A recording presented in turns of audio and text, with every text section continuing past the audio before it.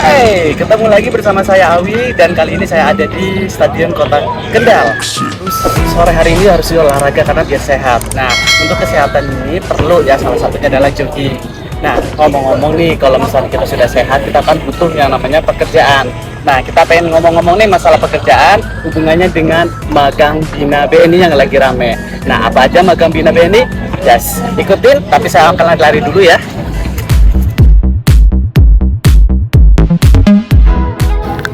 Hai guys, ya saya sudah berolahraga sore dan saya sudah berkeringat dan saya sudah mulai segar lagi dan saatnya saya berbagi pengalaman bersama teman-teman di rumah.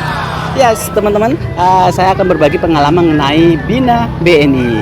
Ya teman-teman sudah tahu ya bahwa kemarin sudah ada info mengenai proses atau rekrutmen magang Bina BNI. Ya seperti apa sih magang Bina BNI? Yuk kita bahas.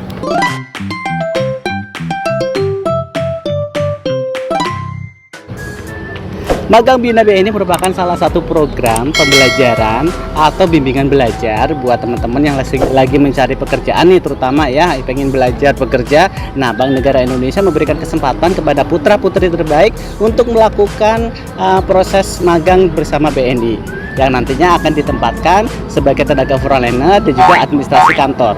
Yes, frontliner bisa jadi pelayanan uang tunai ya, teller atau juga customer service. Bisa memungkinkan ya.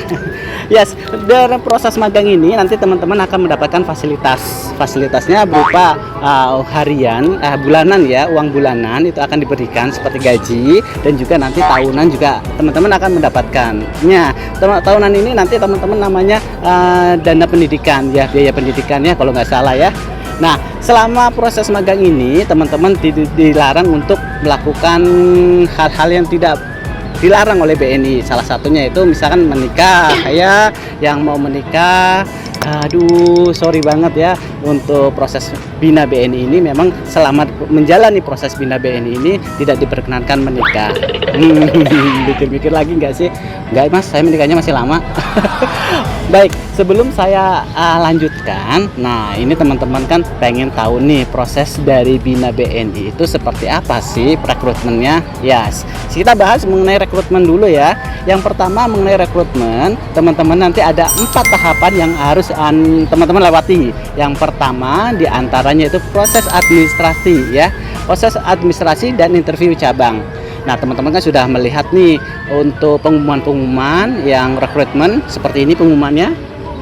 Nah kalau sudah pasang IG, sudah pendaftaran online, jangan lupa CV-nya dan lain-lainnya ya, kurikulum vitae, ijazah atau yang lain, fotokopi dan macam-macamnya dikirim ke cabang terdekatnya. Nah kalau sudah, nanti dari cabang terdekatnya itu akan melakukan seleksi ya, seleksi yang seperti yang ada di proses rekrutmen. Salah satunya kayak lulusannya minimal SMA, D3, S1. Kalau teman-teman yang SMP mohon maaf ya belum bisa. Dan tinggi badannya teman-teman paling enggak yang pria 165 cm, yang wanita 155 cm. Dan juga sehat jasmani, rohani, dan mau bergabung kuat dengan BNI ya, mau apa saja ayo, pokoknya saya sudah 100% mau gabung. Oke, nah kalau sudah selesai nanti teman-teman cabang itu akan seleksi dan akan menginterview teman-teman. Nah jadi teman-teman yang sudah memenuhi kriteria akan diberikan kesempatan untuk interview bersama tim cabang masing-masing.